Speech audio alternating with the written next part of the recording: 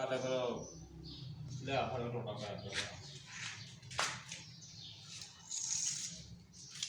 ਉਹ ਬੋਲ ਜਿਹੜੇ ਨਾ ਪਾਸਾ ਠੀਕ ਕੀਤਾ ਕਿ ਇਹ ਕਰਨ ਕਿ ਦਿਆਂ ਮੈਂ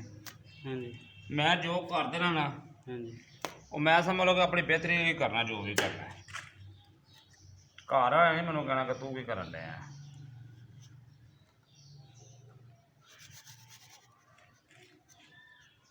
ਯਕੀਨ ਜਾਣੋ ਸੁਬਹ ਮਿਸਿਸ ਹਾਊਸ ਜਾਈਦਾ ਹੀ ਸੇਵ ਲਈਏ